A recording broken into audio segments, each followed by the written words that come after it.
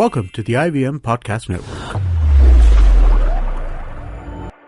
The reDiscovery podcast is an IVM production. If you like this show, also check out Simplified, hosted by Chuck, Naren and Shriketh, a show that explains intense topics from around the world and simplifies it for you so you can have intelligent conversations with your friends. In 2015, Ambika and Hoshner quit their jobs and set out to rediscover the country through planes, trains, and rickety old buses.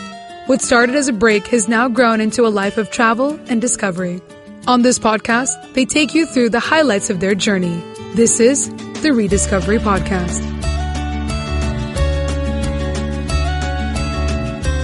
In this episode, we're going to talk about some really cool things you can buy when you're traveling in India. I mean, everybody likes to shop, right? And India has just like so many options. It's so rich in the kind of stuff you can take home with you when you're traveling. Or not planning to buy also. So everybody likes to shop, right? I mean, the guys say, oh, we don't like to shop and all. But they do. I mean, you buy your nice pens, you buy your leather sachets, you buy cars, you're shopping. But we're not really here to talk about buying cars and pens. We're here to talk about some really interesting stuff that you can buy when you're traveling in India. So India, I mean, it's a treasure trove of art in many different forms. I mean, and in India you can get everything from a pig in a market to saris. Who's buying pigs?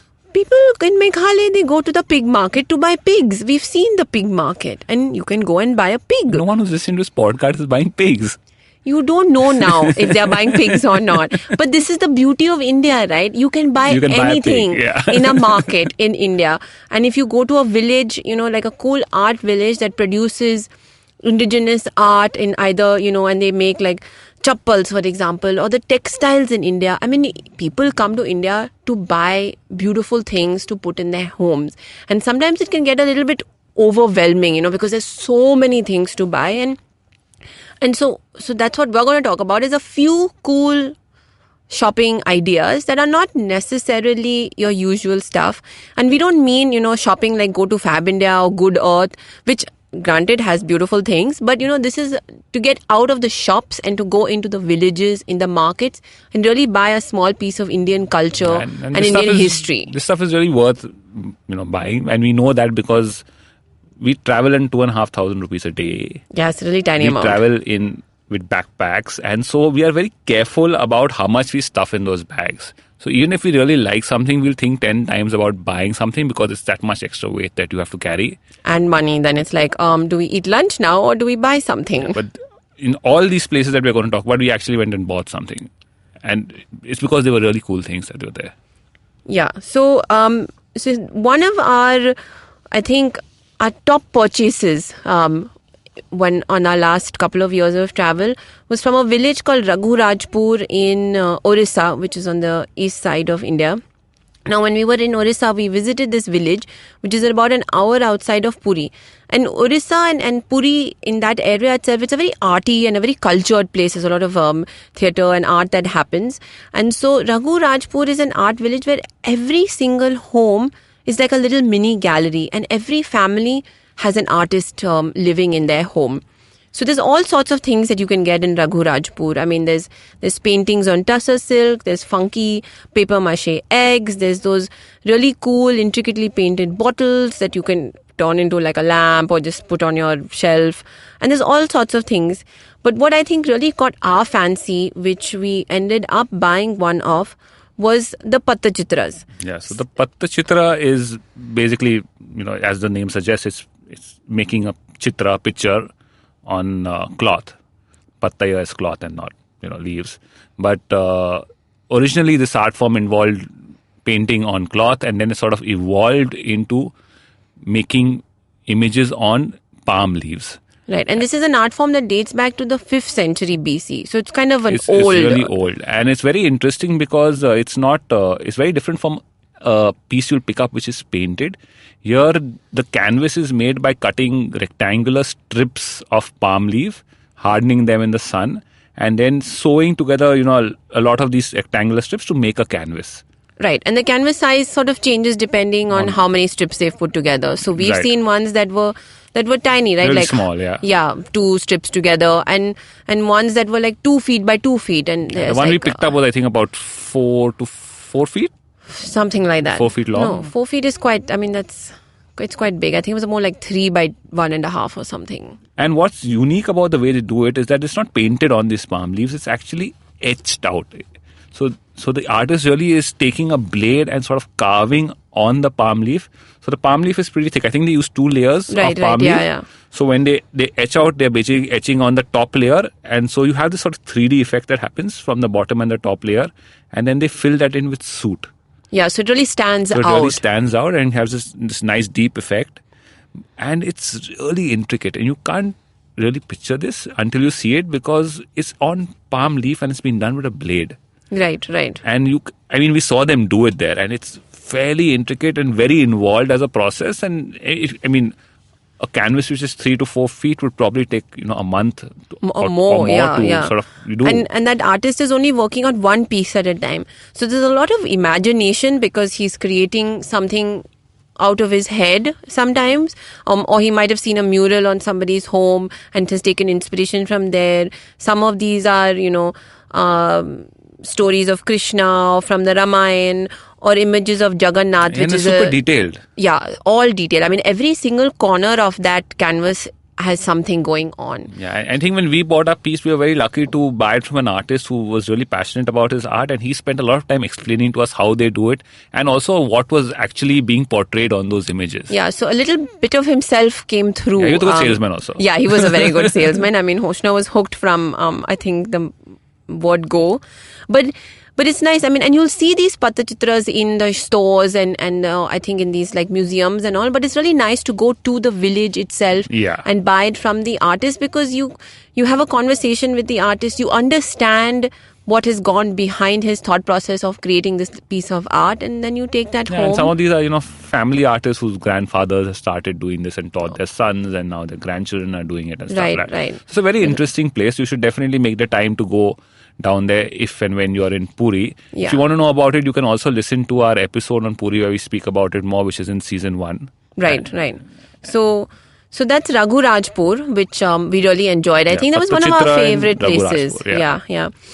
So from there, we'll travel a little down south to Tamil Nadu. The Chettiar region of Tamil Nadu. So it's basically we are going to this place called Karaikudi. Oh God. So Karaikudi is okay. I'll stop. So Karaikudi is this town in the Chettiar regions in southern India, which is where the Chettiar community sort of came from. Yeah, very rich community from Tamil Nadu.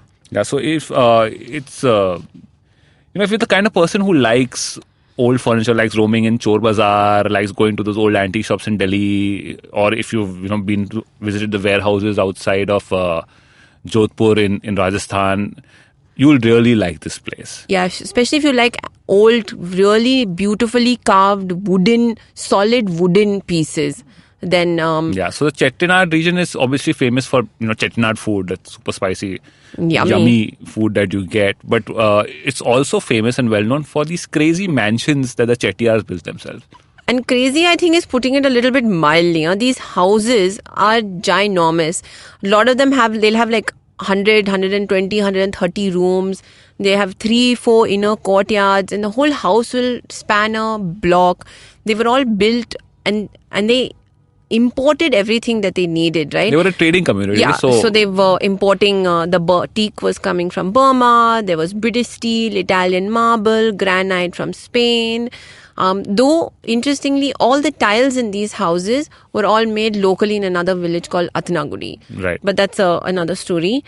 So you can imagine the kind of beautiful pieces that these homes were filled with, and obviously large. Now this was back in the day. And today these beautiful homes are falling apart, unfortunately, because, people have fallen on hard times. They're difficult to maintain, expensive to maintain more than that. Expensive, more than anything else. People have moved out to the cities to work. Who maintains a 126-room house, right? It's got to be a little bit... It's an entire block. It's an entire block. And you have like a family of like 5-6 people. It's a little bit tricky. So some people have turned their homes into hotels, or there's like homestays. So you get a chance to get a feel of that house. But not all of some of the homes are shut down, and all the pieces from these houses have made their way to the antique market in Karaikudi. Yes, Karaikudi is the closest major town, so because of that, sort of a thriving antique market has come up there. And the stuff you find there is very different from the kind of stuff you'll find in other parts. Like I said, places like Chor Bazaar or places like the old antique shops in Delhi.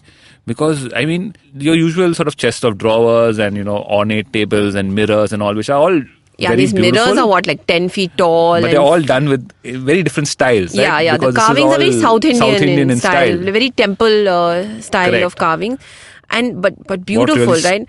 struck us, but was these crazy pillars that they have. So a lot of these houses have those pillars which are either they're wooden pillars or granite pillars, and there's shops which are full of these pillars. Yeah, and these pillars are 6, 7? The small ones are like maybe 8 feet tall, and the large ones are like, you can put your arm around it and hug it like, oh wow, so beautiful.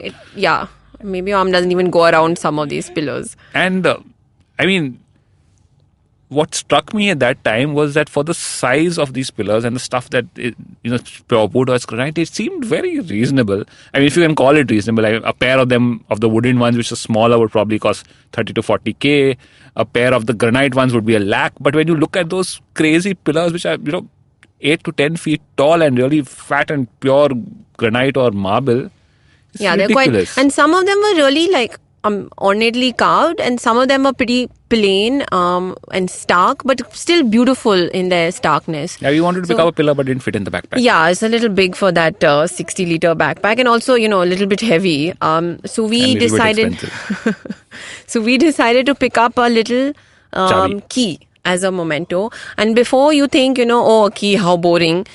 Let me tell you that these keys were used to open the main doors in these houses. And the main doors were not like, your small little door in a house right like now. Door you see in Game of Thrones. Yeah, that's the whole thing. Like, you need like 4 people to open that door. So these keys are like as big as your hand and quite heavy. And a lot of them the handle of the key would be like carved, or they'd have the family seal on them. Yeah, so the key itself was really cool. So as big as your forearm probably. Yeah, probably. And quite a bit heavy. But they were quite reasonable. I mean, the keys were like 2, 3, 4, 500 like that. Yeah, so all $300-400. So you nice to pick up and put in a backpack. Yeah, Hoshno had to carry that because, they're still iron and a little bit heavy. So, I mean, I think the Karaikudi market is really great if you want to fill up your home with these pieces, and if you have space in your home. I've seen somebody who picked up one of these doors that had a temple carving on them, and they put them on the ceiling of their home, which is, funky, but really quite cool. And then, hop over to the Chettiar region and stay in one of those houses for a couple of days. I need some awesome Chettiar food. Yeah, so that's a neat little holiday right there. So on that note, we're going to take a quick break. Stay tuned. We'll be right back. Long, long ago, not in Bethlehem, but in a place nearby, there was a wonderful birth of a huge show, which I like to call Cyrus Says, a show that encapsulates everything in human history, from the first Homo sapien to the last Homo sapien, who's traversed the entire world and then come back to India. This is a show which tells you everything about everything. If you want to know, avoid Google, come to us. It's called Cyrus Says. Get new episodes every Monday on the IVM podcast app or wherever you get your podcasts on. You get one banana vada free with every podcast. Right. I'll just check that. Welcome back to the reDiscovery podcast. So the next place we're going to talk about is closer home for us in Maharashtra. It's a place called Everardt, which we discovered on our last monsoon road trip, rather attempted monsoon road trip, which we did last year. So this we had this great idea, we're going to go in the monsoon and see Maharashtra in the rain. It's so beautiful, so green, so lovely. And it was all of those things. But it was raining really heavily. Yeah, pretty heavy. And it was a bit scary at times. It was a year when the monsoon was particularly ferocious, and bridges had fallen down and roads were flooding. And even if you braved all that and you decided to be stupid enough to drive in those conditions, which we were for a little while, you couldn't really see anything because everything was just a blanket of white all around you. So we sort of abandoned that trip halfway down. But the last stop we did on that before we decided to finally go home was the Everardt Village, which is just outside of Panchgani. Now, the Everardt Village is an NGO initiative by the Mathur family, who I think a few years ago or a decade ago or so left Bombay and settled in Panchgani. And they've been working with tribals who've relocated to that region from the Naxal areas of eastern Maharashtra and Jharkhand. And they've been working with them to revive this old art form of dhokra art, which uses the lost wax technique to make metal sculptures. And it's really cool because they have this house, and then on the land there's these little areas where the artists work, and they're given complete freedom to create the kind of sculptures that they want to create. Now, this lost wax art sculptures form is not only found in India. I mean, it's something that they were making, I think, in China and in Central America and in Western Africa, and it basically creates a mold around the wax. So you make the sculpture out of wax. Right, it's made out of wax, and you put it in a mud mold. Put it in a mud mold, which you bake. You bake it, the wax sort of comes out, and then you fill it with metal to make the sculpture. And then what you're left with at the end is the metal sculpture. Now, it's a little bit more complicated than that, and it's quite cool to see how this. Yeah, you can see it happening right there in front of you. But the Mathurs have sort of innovated on it a little bit, along with the tribals there and the master craftsmen there. Yeah, and they've created this Dokra rock art, which it is unique to the Everardt Art Village, where these sculptures are created around little or big even pieces of rocks from the local river beds, which are rocks that have been smoothened over centuries of water. And yeah, so it sort of fuses these rocks with metal to make pretty unique pieces, and they're pretty funky. Some of them are really large. So I mean, in their art gallery, which is attached to their home, I mean, there's options, lots of options which you can look at. Yeah, I mean, they make stuff that are close to nature. So there's like trees and little earring holders that are actually little plants. There's also, some that have a religious motif on them. Yeah, there's lots of Ganesh. There's some massive... there was that tiger we saw, and beautiful. Some beautiful flower pots and vases that are there. Yeah, so some functional things, some ornamental things. And some very intricate stuff. Some of these... I mean, there are some sculptures of trees, and when you think about the fact that each of these leaves of these trees has been made in wax. Right, and then had the metal put on them. Yeah, so that's quite cool. It's superb. It takes time to create these pieces, but the community is growing. I think the master craftsmen are bringing in the children from this community because they see this as a way of life. You can use your ancient art to create things and make a sustainable lifestyle out of it. You don't really have to abandon this art. And the good part is when you're buying a piece from the Everardt Art Village, you're sort of supporting the community, plus you're getting something lovely for your home. And there's also things available in all sorts of price ranges. Yeah, so there's all... You don't necessarily need to go there to buy it. You can always buy it off their website or off their Facebook page. But the place is really nice. Yeah, so definitely go there. And they live there. So they have their home there attached to the NGO. And there's one section of their home which is the art gallery. And another section they've converted into kind of a homestay. Yeah, so there's one room on rent. So you can stay there. And they... invite artists and other people with a creative bent of mind, writers to come if you want to stay for an extended period, take inspiration. Nice place. It's in Panchgani, but it's really outside of Panchgani. Yeah, it's not in Panchgani. And you've got a lovely view of the lake and the greenery around, and it's quiet because it's not anywhere near the main market. Yeah. So it's superb. So it's really nice because you get to take back a little piece of Indian art that was for a long time not created but is now coming back. In India, I think one of the most famous pieces is the dancing girl, and that's kind of the picture everybody has. I mean, that dancing girl was excavated from Mohenjo-daro and sits in the museum in Delhi. But that's the kind of art that we're talking about that is being created here at Everardt. So definitely check that out. Not far from Bombay at all. So the last place we're going to talk about now is Kutch, And Kutch is this very unique corner of India. I mean, anybody who likes to travel would have heard of Kutch. It's got the beautiful salt desert. And again, it's one of those places where a lot of people, I think, don't spend enough time. I mean, Kutch is chock-a-block full of stuff. Stuff. Yeah. I don't know. There's no one word because you can't say art, right? Because they are creating they're making beautiful leather handmade chappals and bags and satchels. Yeah, we were lucky when we were in Kutch. We roamed down with someone who knew what they were doing. So they showed us a lot of interesting things. We visited a lot of villages. He was from that region, yeah. So he took us to lots of small villages. Yeah, we visited a lot of villages and each of them had their own unique sort of art form. And we learned that, I mean, some of these art forms were thriving while some of them were on the verge of sort of dying out. Yeah, especially after the earthquake, I think they had a bad time in that community. Yeah, so you can go and you can buy pottery, you can buy block printing work, you can buy metal work, you can buy leather stuff, chappals, bags. I mean, there's a array of things you can buy. Yeah, it's pretty amazing the variety that you get.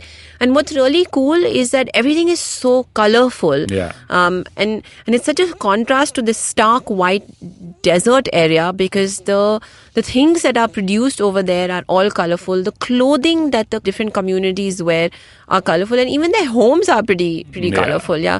So you can buy actually these little pieces that you can put on your wall that looks like the wall of one of their local houses. Yeah, so that's cool because it has like little mirror work on them, and a lot of their homes have mirror basically, work. Like the designs they make on their walls, they sort of made that into pieces you can put up on your wall. Yeah. What we really want to talk about here is the Rogan art. Yeah, so I think that was one of the coolest things we saw, which was very unique. Now, the Rogan art came from Persia, and there's only one surviving family in a village in Kutch that practices the same original art. Form, yeah, which has been practiced by that family for over 400 years. And it's still a little bit of a closely guarded family secret. So the family is headed by these two brothers who are the patrons of that art, though they are teaching the younger members of the family how to practice it. And it's a very unique sort of painting. It's painting on cloth. The cloth is either cotton or silk or a mix of the two. It's not really painting, is it? But it's not painting, no, because the paint is not like your regular paint that you have. It's made with the extract of the castor plant and then the sap, which is mixed together. There's a binding agent that's added in, and chalk and other ingredients, which are what the secret ingredients are. And so the paint here is a very thick and viscous. It's very stringy. Yeah, and it's stringy. So it's not like your smooth paint with a brush. Yeah, you couldn't paint with a brush. No. Here you have to apply the paint with a needle. So it's the brush like is a bit like a needle. It's thin and it's pointy. Or a chopstick. Yeah, but not quite as fat as a chopstick. And you sort of run that paint or this viscous material over your cloth. And the interesting part here is that they'll only paint one half of that the cloth that they have in front of them, and then they fold it over. Like you used to do in school, right? Like paint half the thing and then fold it. Yeah. So, but they've perfected that to another level.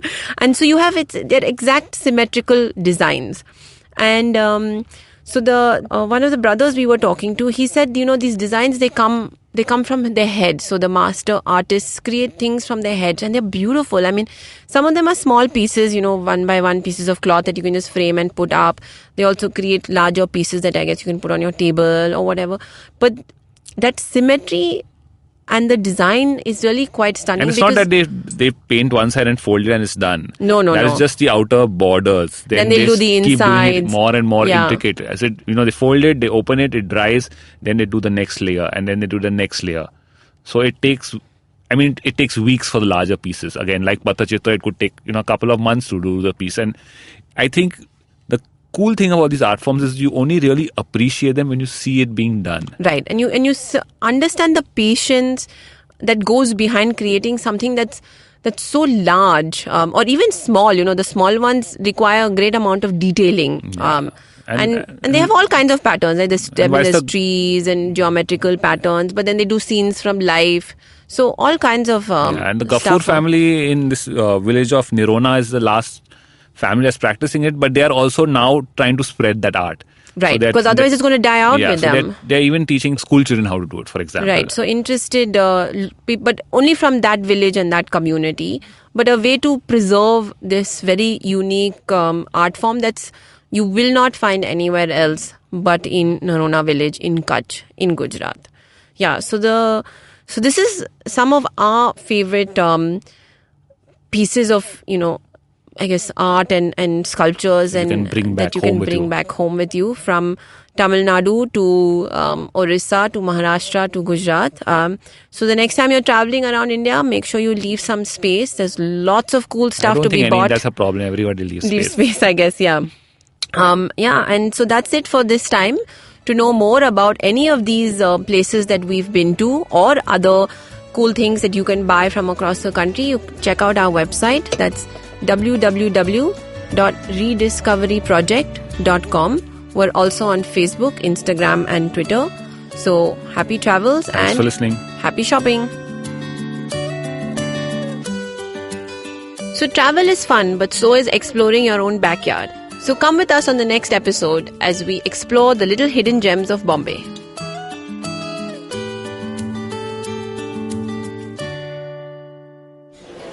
Excuse me भैया, excuse me. बोलिए madam. Menu में क्या है? Menu में scene unseen है, podcast है, on course है, Cyrus है, made in India, rediscovery project, empowering series, sex wax है, IVM लाइक्स है, सिंप्लीफाइड है, कीपिंग इट क्वियर है, थिंग्स एंड डेस्टिनेशंस है, माय नेबर जकरबर्ग है और द फैन गराज है. आपको क्या चाहिए? एक बार रिपीट कर देंगे क्या? रिपीट नहीं करता हम. आप जाओ IVMpodcast.com पे और सुनो ये सब, या फिर डाउनलोड करो उनका ऐप. सब आपकी उंगलियों पे.